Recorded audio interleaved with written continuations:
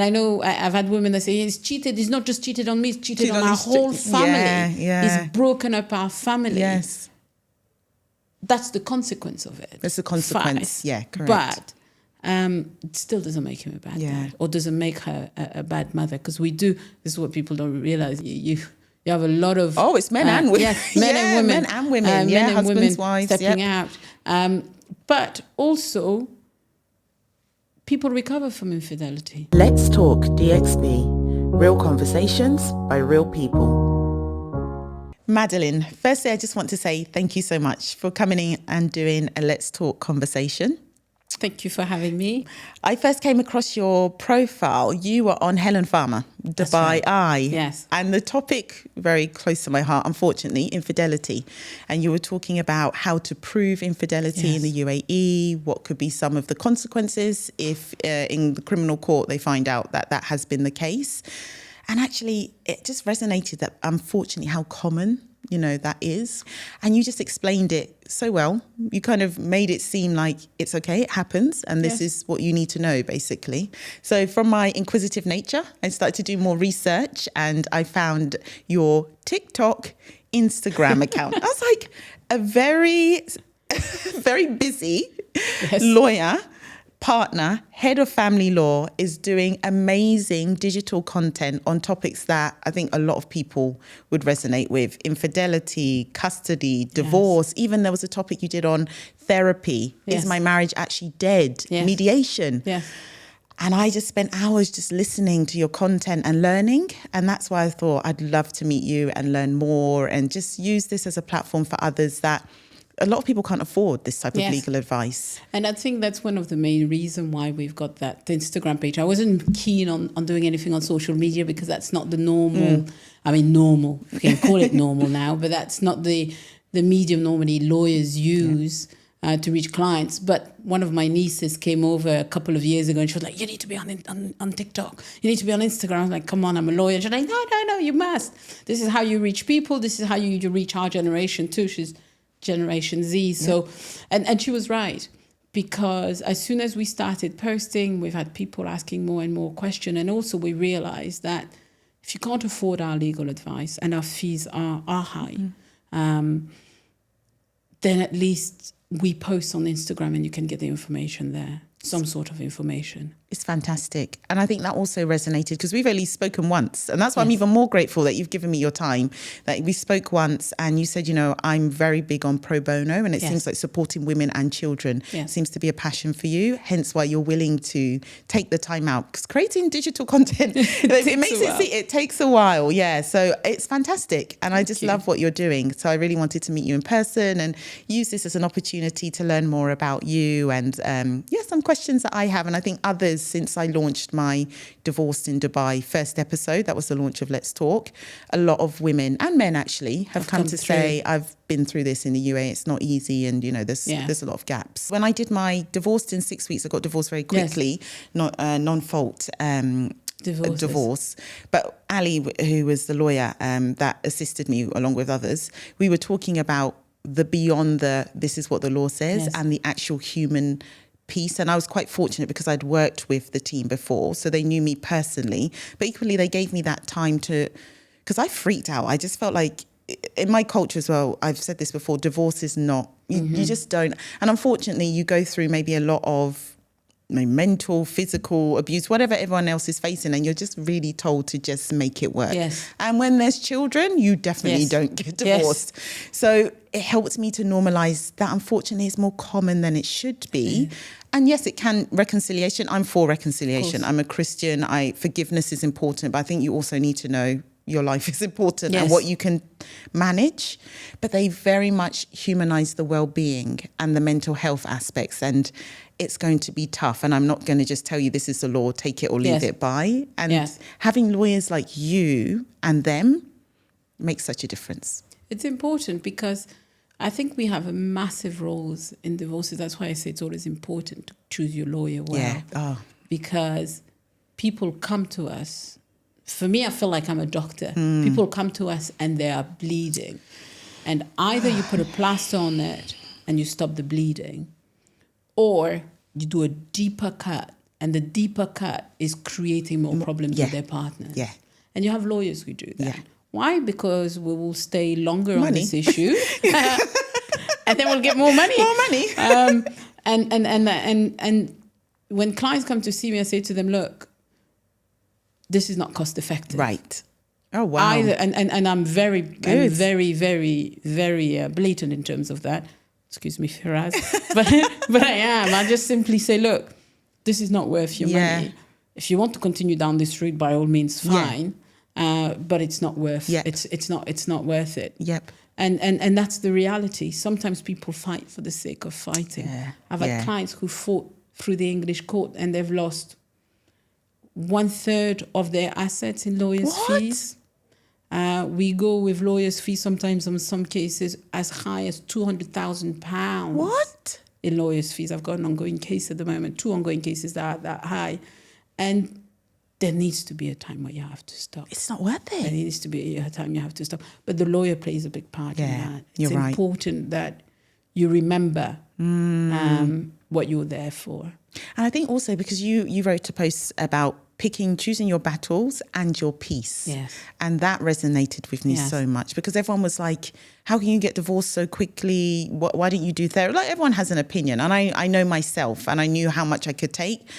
A year of going through divorce, longer than 6 weeks, I think I would have lost my soul. It's not worth it. I had the reason why I put that post, I had a client that came to me that day and said,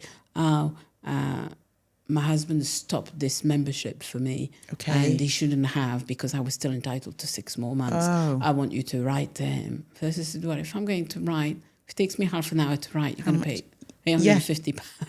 Put more than probably the memberships. Probably close to your membership price. But we need it at the end. Who cares? What's the point? Who cares? Yeah. What's the point? Sometimes you have cases where spouses, whether husbands or wives, will take back presents that they'd given during the course of the marriage. Oh, right. And the other one will be like, hey, it was mine. Leave it. Peace of mind. Leave it.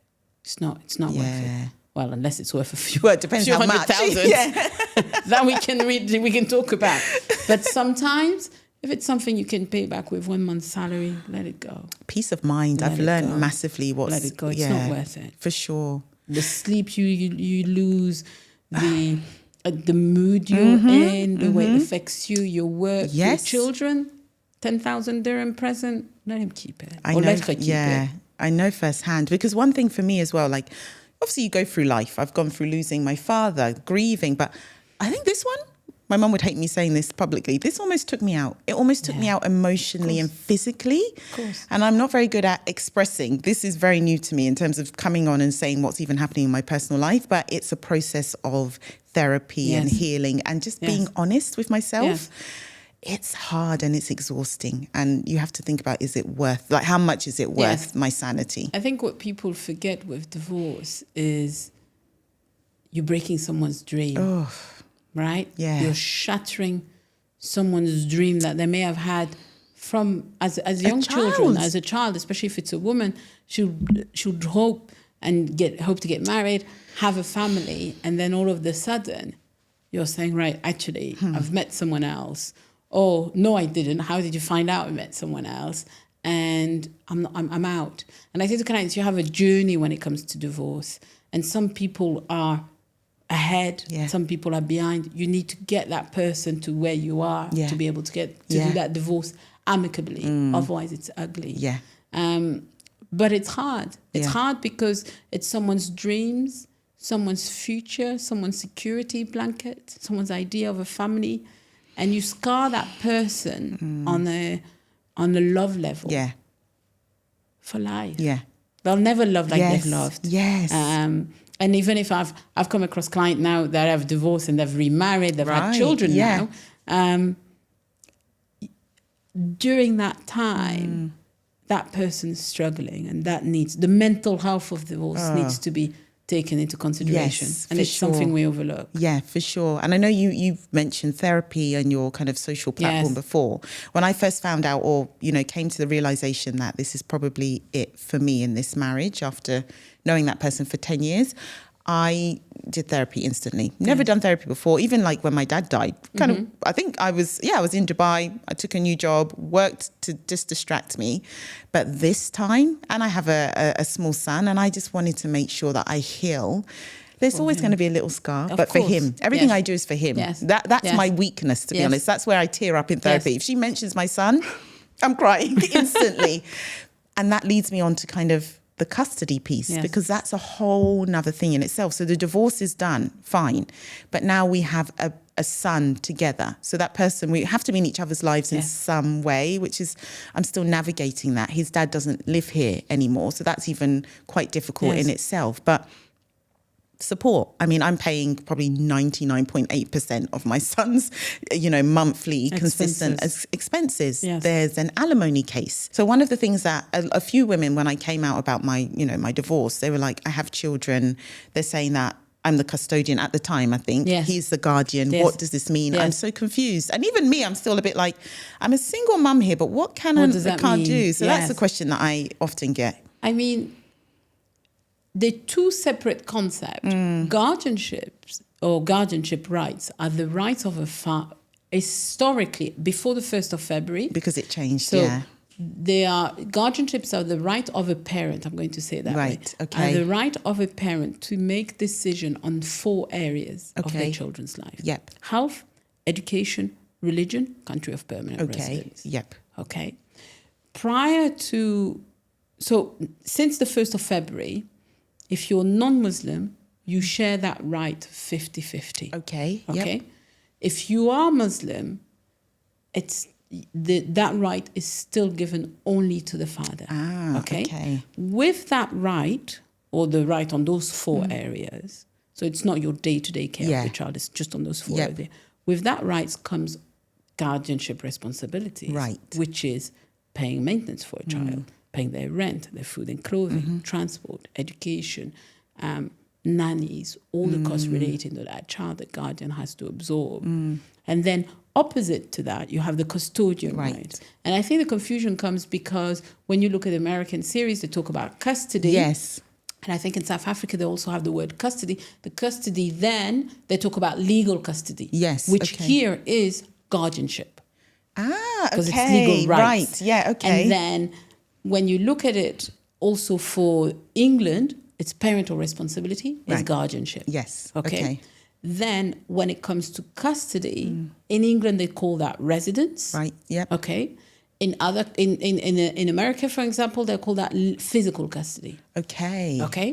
This is why confusing. Yes. And that's where people get confused. So a custodian is a person that has physical custody of a child. Okay. Yep. Okay. And they can make daily decisions about that child. Right. Okay. Without the interference of the guardian. Okay. But daily decisions they can make. And that's what a custodian is. You have physical custody of the child. Okay. So that's very clear because I didn't know that. Yes. My perception was a bit different of what it actually means for me and his father. And I know obviously the laws have changed slightly since. Yes. So now you have that 50-50. So it's 50-50. Yeah. And then what happens with alimony? Because even, going through my process of applying for alimony, I think one of my lawyers was, because at one point I was like, oh, it's fine. She's like, no, it's the right of the child to have alimony. Yes. She was insistent that this is your son's right. And I looked at it, I was like, okay, but what happens if one parent, it could be mother or father, decides not to adhere to the financial responsibilities? So the key first, before you even get to that, is to make sure that your order, your settlement agreement is drafted in such a way that if one of you breaches it, you can enforce it at the court. That's really important. Okay. Yep. So if it's drafted like that in the first place and the person has breached, so let's say the mum is supposed to pay 5,000 dirhams a month. Okay. Yep. On the agreement, it's agreed she's going to pay 5,000 dirhams a month, and she's refused to do that.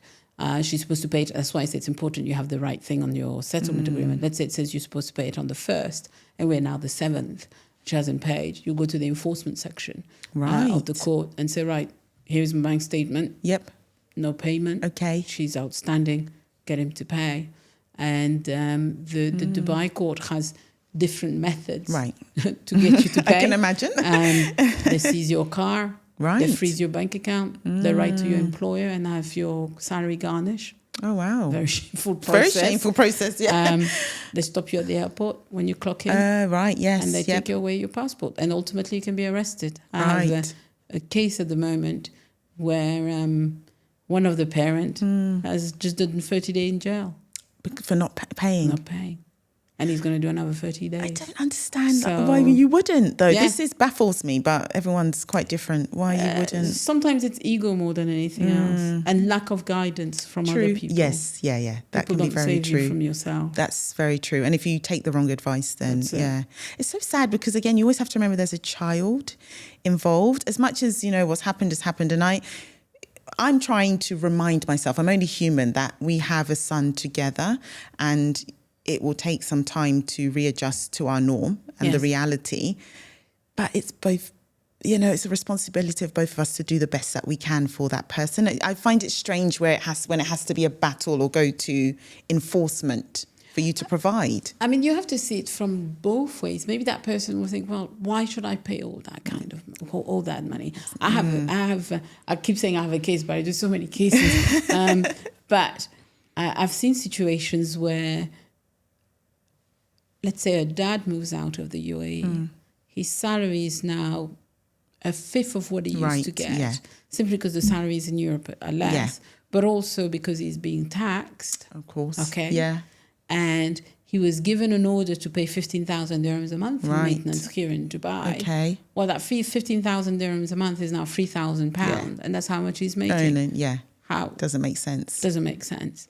And that's why when people are in those situations, what they need to do is to, before you leave, you need to go to court and say, right, this is what my situation is going to be. Yeah. We need to review what I can afford. Yes, we need to review this agreement, because of course, if you just leave, that person does an enforcement case as soon as you clock into Dubai airport, wherever you're going, whether you're staying or whether you're on the way to Australia, they'll arrest you. They'll arrest you until you pay that money. But then the sensible thing is at least to inform the court. Yes. At least follow the process. Don't just leave. You're breaching a court order. Exactly. And who Don't wants breach to a court do that? order. Yeah, exactly. Go in, have it amended, and then leave. It's crazy when you think about these things. It's insane. But I know there's like alimony cases in some countries, they're not enforceable, for example. Yes. So you're kind of stuck here with a judgment, a case that even's been executed, but you're not receiving. It's executable only here and in the GCC. Yeah. Right? The same way as if you have a maintenance order from England, it's toothless in the UAE because you can't enforce it here. Yes. Unless you've done a mirror order and enforce it. But otherwise you can't enforce it in the UAE. So this is where expert legal advice is key. Yeah. You have a lot of lawyers who advertise on the net and come on the UAE scene to do divorces. But if you don't have the expertise of both jurisdiction and you don't have a clue about enforcement in both jurisdiction, you're wasting that client's money. Yeah. Because we could be spending hundreds of thousands in the English court to get an order. And if it's not enforceable in Dubai, what's the point? Or if you have an order that you do in Dubai and it's poorly drafted, and I've seen quite a lot of those, what's the point? Yeah, because the child doesn't, it's not even the parent, the child doesn't gain because obviously it's for the child. And I suppose you were asking earlier, what's the point? Why do you have to fight sometimes? I think parents often think that the other parent is always going to pick up the slack in any event. Yeah. And the child is going to be okay. Yes. They don't think, it's the child I'm harming. It's her, it's him. Yes. He's made it difficult for me. Let him see what he's going to get. You do it. And you don't realize that actually it trickles down, whether it's not financially that trickles down, but in terms of the mood that parent is going to be in or the difficulties or the stress, that's going to trickle down on the child. It's so sad. It is so sad. This is my trigger. This is very much a trigger for me when there's a child involved and, the marriage doesn't work.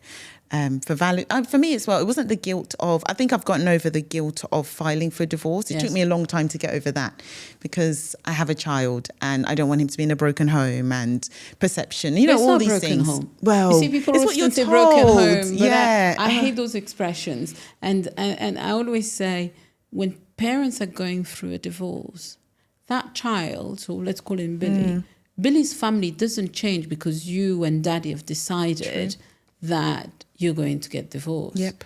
If if someone goes to school and say to Billy, who is your family? Billy's still going to say mum and dad. Yes, yep. Right? Yep. Even if mum lives in one place and dad lives in Yes. another, that's still his family. And that will be his family until he dies. Yeah. So even if your bond as husband and wife is gone, to that child, he's still holding both Correct. hands. Yeah. And people often forget that. Yeah. They think, right, it's cut.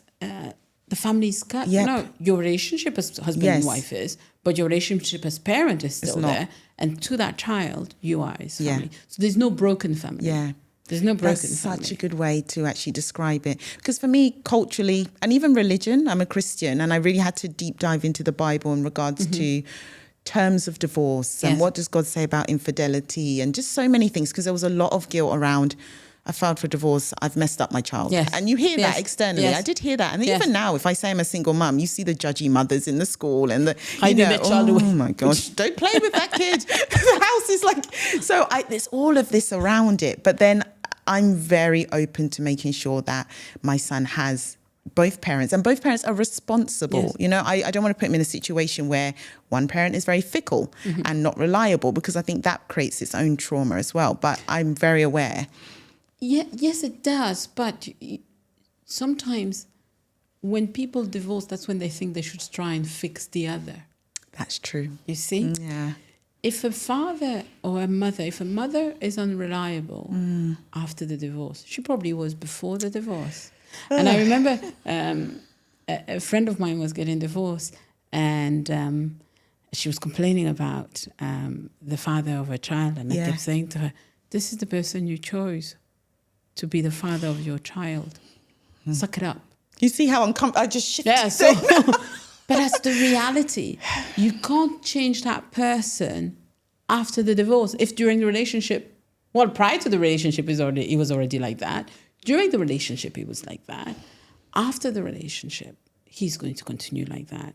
What makes you think that now, because you're divorced, you can demand things you were not able to demand when you were in a relationship? That's very true. And saying, oh, I'm trying to protect my child. I have a lot of mothers who say that. I'm trying to protect my child. You don't understand who your client is, because, of course, I represent men a lot. Men, yes. And I have women who will contact me and say, I know you're representing my husband.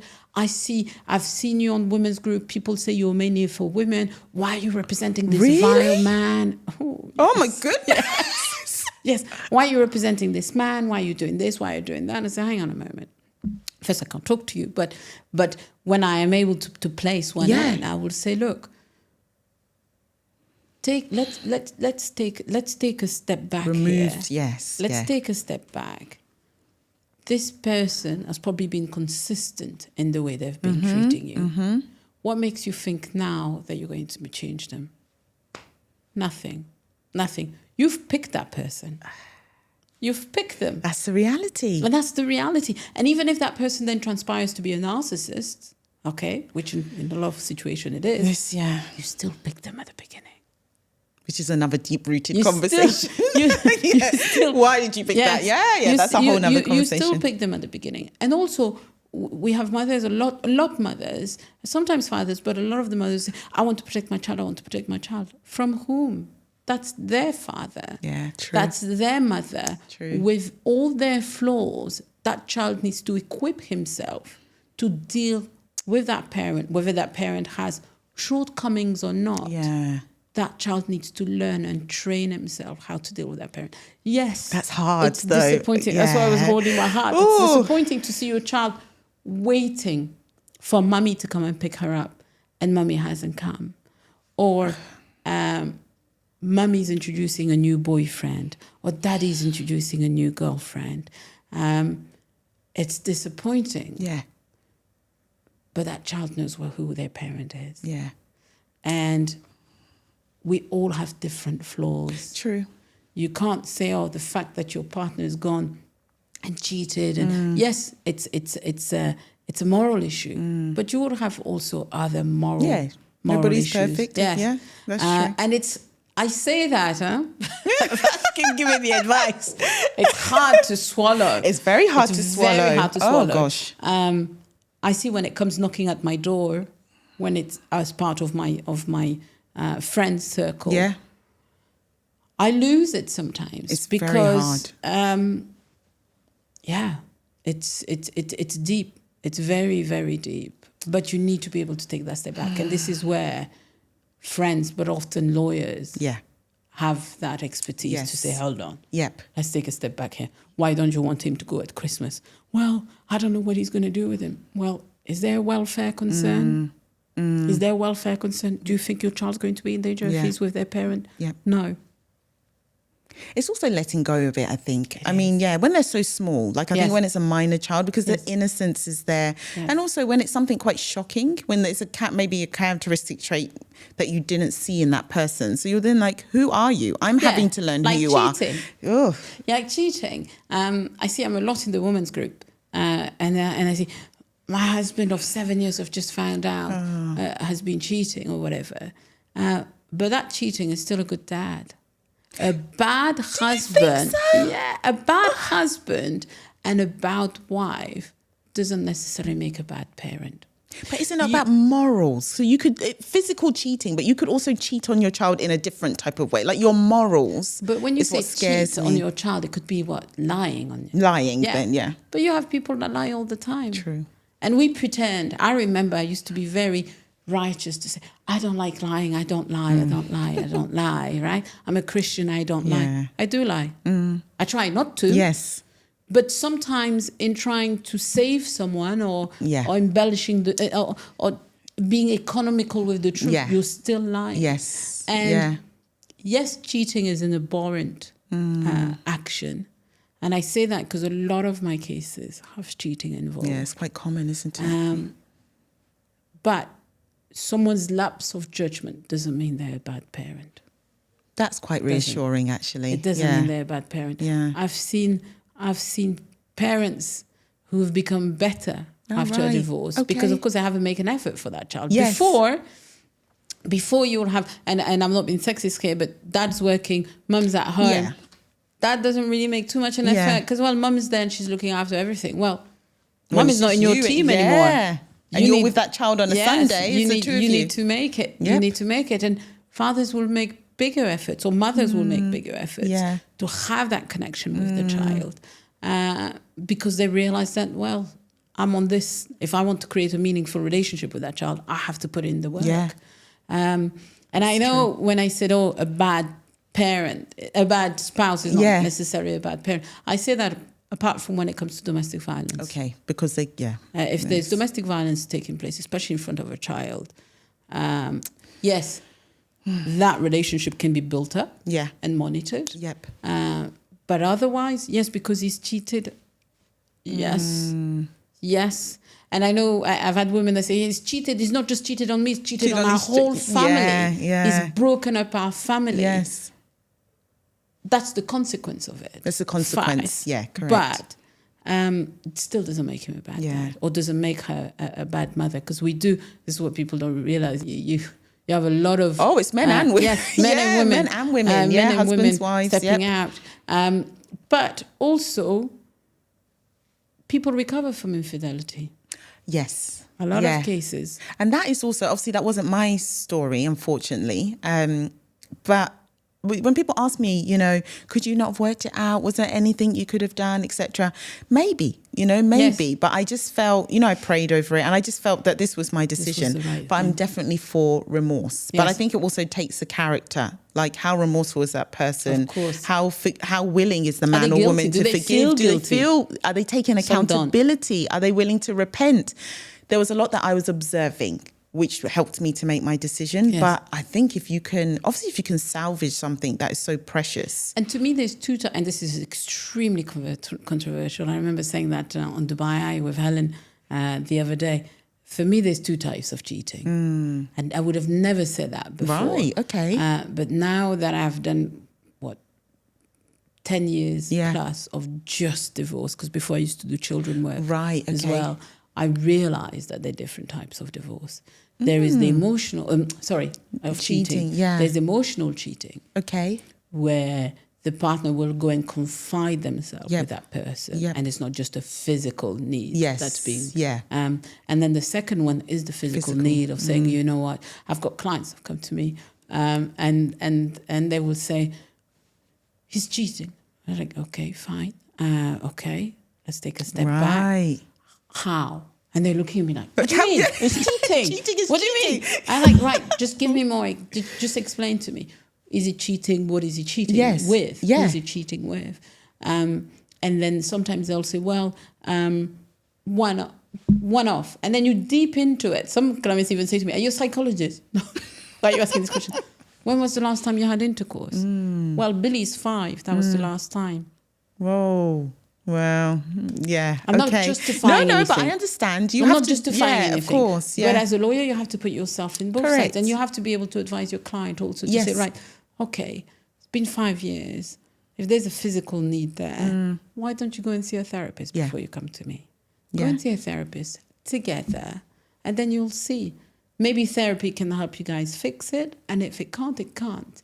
Wow. But when it's a physical cheating and not emotional, and there is a reason behind it, fine. I mean, if it's everyday weekend cheating, women here, women there, women everywhere, then it's more of a personality trait. Yeah, personality trait. Else. Yeah, correct.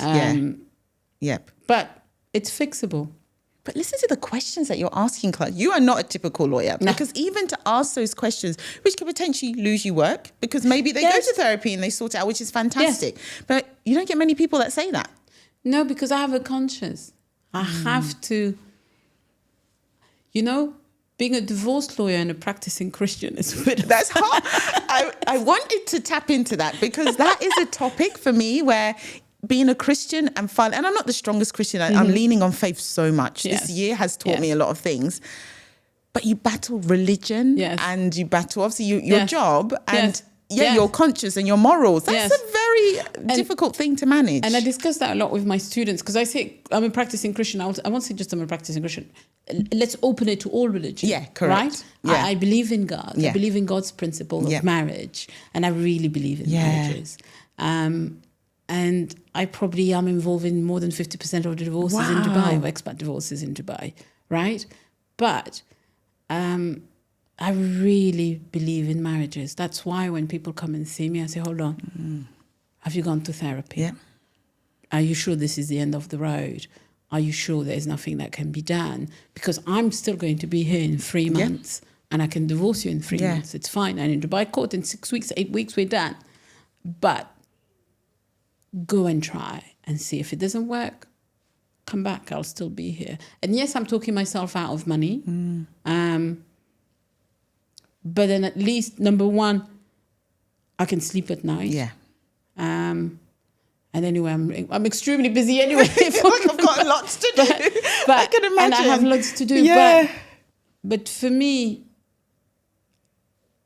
parents and husbands and wife have to do their best for themselves, and I have to do my best for them. I have people who come and see me and they say, actually, I can see you're not there yet. And they're looking at me like, no. I say, from experience, divorce is a journey. Yeah. People start divorcing here, you're there. Yeah. You're not there yet. Wow. And they'll look at me and say, are you sure? I said, yeah. I had a woman this week came and see me and said, what are you doing here? Wow. I said, oh, okay, he's cheating and blah, blah, blah. And but I can see you still like him. And I can tell from that. You can tell, I can see you still like him. I can see you still want to get it work. Yeah, but I spoke to my girlfriends and girlfriends. Yeah, no. I'll come to girlfriends in a moment.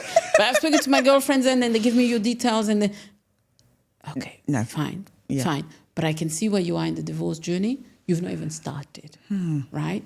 So I've given you the advice, pay my fee, and go away. Yeah. Go away. I've given you the advice, now you're equipped, but ultimately, come back when you're ready, and if you're ready at all. But before that, here is a list of counsellors in town. Go and see them. And that's what we always do. Wow, I will never egg a client on to go ahead with divorce unless they've made that decision. And unless I believe that's the right decision for them, I wouldn't. Because when people find out about cheating or find out about a trait of character that I think, oh my God, what has he done? Or it could be cheating, could be gambling, it could be being alcoholic or anything. They will first go to their friends.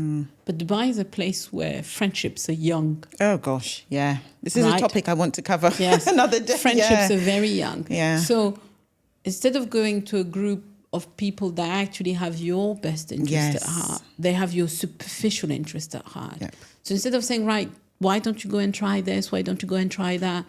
They'll look in, Madeleine Mendy, divorce lawyer, here. Go to her. Go. And I even have girlfriends, and if they're watching me, I'm not saying anything bad, but writing. I'm writing on behalf of my friends. Whoa. This is what's happening in her family. Can you please contact her?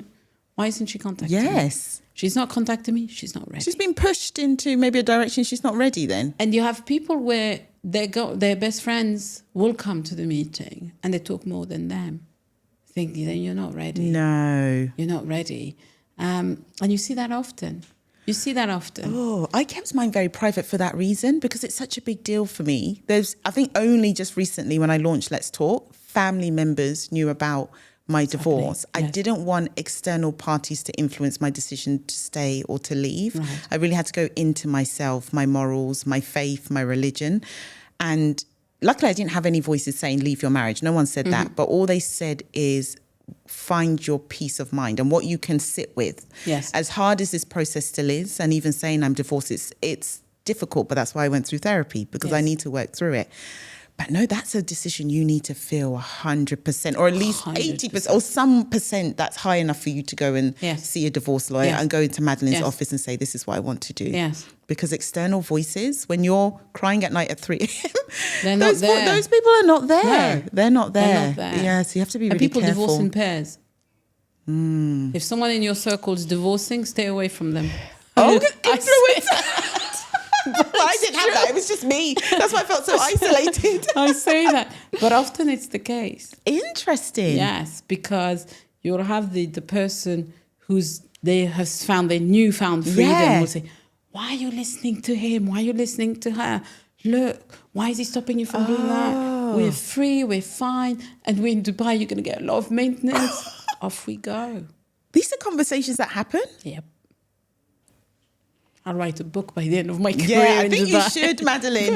This can go on forever. There's so much to it. So much. I found this so much. interesting. So much. Even like post-divorce, I'm still learning about, and I'm very much for marriage. I think what God intended marriage to be is beautiful. Yes. And I just pray that people experience that in their homes, even if there has been, infidelity or lies or whatever. Reconciliation, I think, is a beautiful thing, and it's a hard thing to do. Very hard. But it's very hard to be able to trust again. Yep. Believe. Yes. Not check the WhatsApp. Oh, yeah. Go into yourself and think, she's late or he's late. Where are they? Yeah. He's not answered my phone. That's suspicious. It's hard. And this is why therapy is key. Yeah. Thank you so much. I have learned so much. I mean, I'm divorced. I've gone through divorce, and I'm still learning just through your conversations about managing that, or things maybe I could have thought of. Well, how do people that are listening to Let's Talk find you? Your social platforms, what's the best way for them to reach you? So they can reach me on Instagram. Okay, yeah. It's Madeleine Mendy Legal. Yep.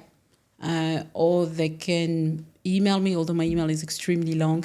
But if they reach us on Instagram, then it feeds back to me. So this is fantastic. Way. You're doing great work. I feel like you're living in purpose, and you're very passionate about what you do, and you're very authentic. So thank you so much. This is going to help a lot of people. Thank you. Thank you for coming. Thank you. Let's Talk DXB. Real conversations by real people.